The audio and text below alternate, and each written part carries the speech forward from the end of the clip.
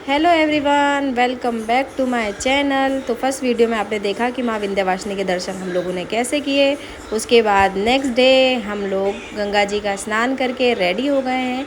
फिर हम लोग रेडी होके निकल चुके हैं माँ काली के दर्शन और माँ चामुंडा जी के दर्शन के लिए।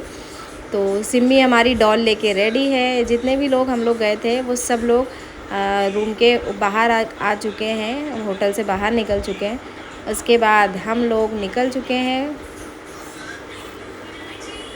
देन हम लोग मेन विंध्याचल के मुख्य द्वार के पास से निकले। तो उस दिन बहुत ज़्यादा भीड़ थी, तो जो लाइन लगी थी दर्शन करने वालों की वो लगी थी मुख्य द्वार से बाहर। फिर उसके बाद हम लोग थोड़ा और आगे चले, वहाँ से हमने टेम्पो स्टैंड पहुँचे। टेम्पो स्टैंड से माँ काली के दर्शन के लिए हम लोग खाली होके लिए बैठ गए। उसके बाद जब हम वहाँ पहुँचे तो वहाँ इतनी लंबी लाइन लगी थी, इतनी लंबी लाइन लगी थी, वहाँ शायद दर्शन करने में भी हमें 1 से 1.5 घंटा लग गया था।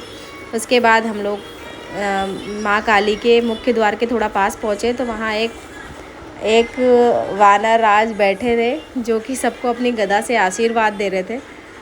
और जो अपनी श्रद्धा भक्ति से जितने उनको पैसे दे रहा था उतने दे रहा था। उसके बाद हम लोग दर्शन करने के बाद पीछे वाले गेट से माँ काली खो के दर्शन मुख्य द्वार से निकलते हुए पीछे के रास्ते निकल चुके हैं अष्टभुजी के रास्ते पर। फिर माँ काली खो के जस्ट पीछे ना उसका मंदिर है,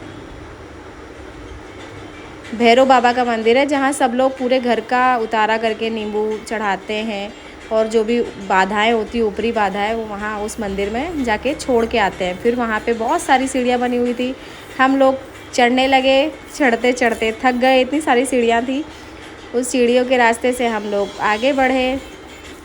फिर वो सीढ़ियाँ पार करके काली खो के पीछे के रास्ते से हम लोग अष्टभुजी के लिए पैदल यात्रा करने लगे। उसके बाद आगे जाने के बाद ना वहाँ पे एक तालाब है जहाँ बहुत सारे लोग जाके खाना बनाते हैं, वहाँ खाते हैं, क्योंकि चलते चलते थक जाते हैं। दोपहर हो गई थी तो हम लोगों ने भी अपना सारा पिटारा खोल लिया, लकड़ियाँ इकट्ठी की गई। फिर छोटा सा चूल्हा बनाया गया जो कि पत्थरों से बना हुआ था। सब्जियां काटी गई, आटा माड़ा गया। सारे लोग एक साथ होते हैं ना तो सब थोड़ा थोड़ा काम बांट लेते हैं। हमारे यहाँ 2 डिश बनी थी। एक चूल्हे पे बनी थे कढ़ी चावल, एक चूल्हे पे बना था सब्जी रोटी चावल। उसके बाद सिम्मी जिद करने लगी कि मम्मा मुझे मैगी खाना है, तो मैंने उसी चूल्हे में थोड़ी सी सिम्मी के लिए मैगी बना ली थी। फिर सिम्मी ने तो चाट के खाई, वो मैगी इतनी टेस्टी थी। उसके बाद सिम्मी को हम लोग ले चले तालाब दिखाने। फिर हम लोग तालाब के पास पहुँचे, वहाँ पे कमल के फूल उगे हुए थे। सिम्मी बार बार बस जिद कर रही थी कि पापा मुझे मगरमच्छ देखना है, पानी के अंदर मगरमच्छ है। बल्कि ऐसा कुछ भी नहीं था, उसको डराने के लिए, ताकि वो तालाब के पास अकेले ना जाए। फिर हम लोग खाना पीना खा के सारे बर्तन साफ़ करके जितना खाना बचा था हम लोगों ने वहीं पे रख दिया था। जो जानवर होते हैं वो सब खा लेते हैं। उसके बाद हम लोग निकल चुके हैं अष्टभुजी के दर्शन के लिए। फिर हम लोग पैदल 4 से 5 किलोमीटर की यात्रा हम लोगों ने तय की। पहाड़ों के बीच से जो रास्ते बनाए गए हैं वो सारे जो रास्ते हैं वो सब पहाड़ों के बीच से ही निकले हुए हैं। तो 4 से 5 किलोमीटर की यात्रा तय की। उसके बाद नीचे की तरफ जाने, पहाड़ के नीचे उतरने पे एक छोटा सा मंदिर मिला जो कि हनुमान जी का था। फिर वहाँ पे भी सीढ़ियाँ थी। सीढ़ियाँ उतरने के बाद थोड़ा और आगे बढ़े तो वहाँ एक झरना है जो कि इस टाइम पे सूख जाता है, पर बरसात के टाइम पे वो झरना शुरू हो जाता है। फिर उसके आगे बढ़े, पहाड़ों के बीच से थोड़ा सा व्यू लिया। उसके बाद 2-3 घंटे लाइन में लगने के बाद हमने किए अष्टभुजी माँ के दर्शन। उसके बाद फिर से हम लोग पहुँच गए अपने रूम में।